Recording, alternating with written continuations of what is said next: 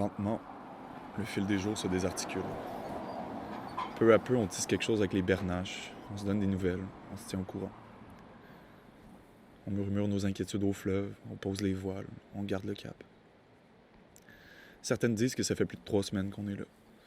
3 semaines à l'angle d'une falaise, 3 semaines à se dire bon matin, sans toujours y croire, à se dire j'ai hâte que l'été arrive, j'ai hâte de revoir les amis.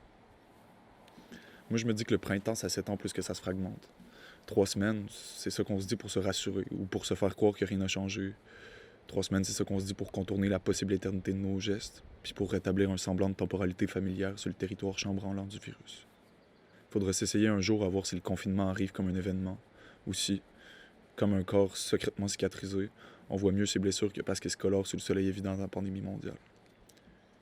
Dans les grandes villes, on nous dit que la peur des autres est volatile, qu'on en respire les particules partout, qu'on s'étouffe avec, puis qu'on se blesse avec parfois.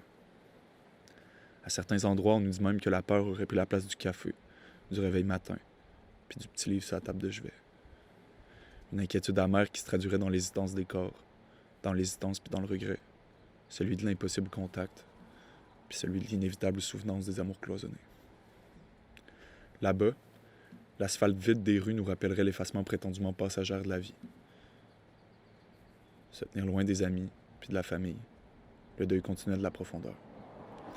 Dans les métropoles, on écouterait chaque jour les discours de 11h puis de 13h. Un coup de gaz quotidien qui rappellerait l'ampleur de la solitude générale. Un petit coup de pied dans le cul pour crier qu'on n'est pas tout seul. Ce serait quelque chose comme une nouvelle force de pressionniste de la survivance. La peur de la vie, la peur de la mort. Peur d'être proche puis peur d'être loin. Fait qu'on restera loin, mais pas trop loin. On va trouver un genre de milieu pour se faire croire que ça va bien aller. Le no man's land poétique de la grosse machine qui tourne à vide. Coincé dans ce qu'ils appelleraient exception, entre d'un côté les murs massifs du confinement militarisé, puis de l'autre, l'horizontalité océanique inconfinable de nos rêves, je deviendrais fou. Pire encore, je prendrais peut-être goût à la simplicité routinière, ou à la simplicité mortuaire de la métropole, puis je finirais par décaper ce qui me reste d'envie de vivre, de détruire, ce qui me reste d'envie de construire.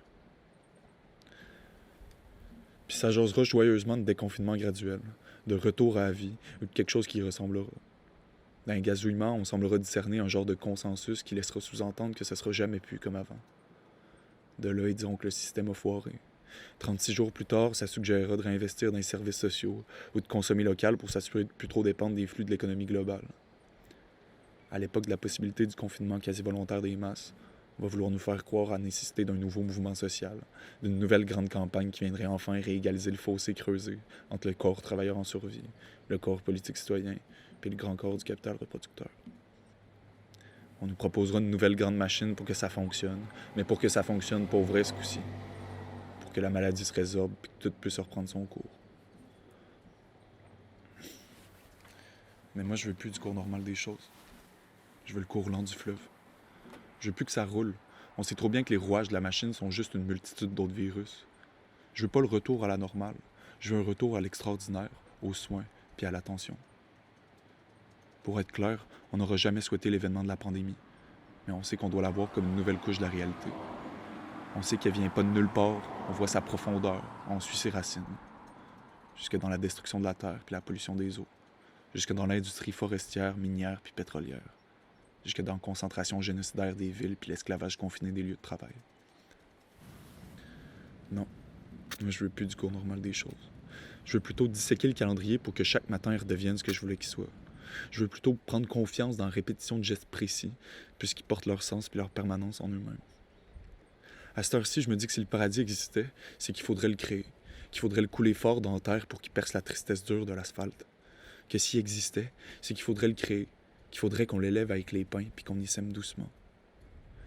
Mais qu'on y sème, pour forcer une première fois la résurgence douce et triomphante des petites choses, dans la petite ouverture de l'aube, dans l'apic des cahutes bondées, je me dis que si survivre est bien l'odeur du temps, ben on fera tourner le vent d'un coup sec, quitte à hurler lapin, quitte à prendre des risques, quitte à se brûler.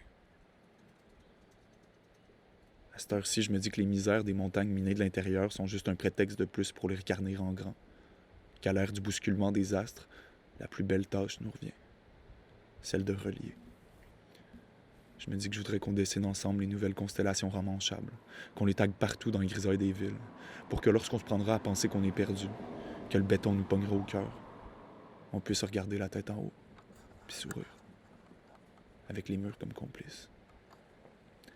Aux anciennes circumpolaires, on empruntera que leur permanence, que leur lumière. On les offrira à nos mères. On les offrira à nos enfants. Puis je les offrirai à toi aussi.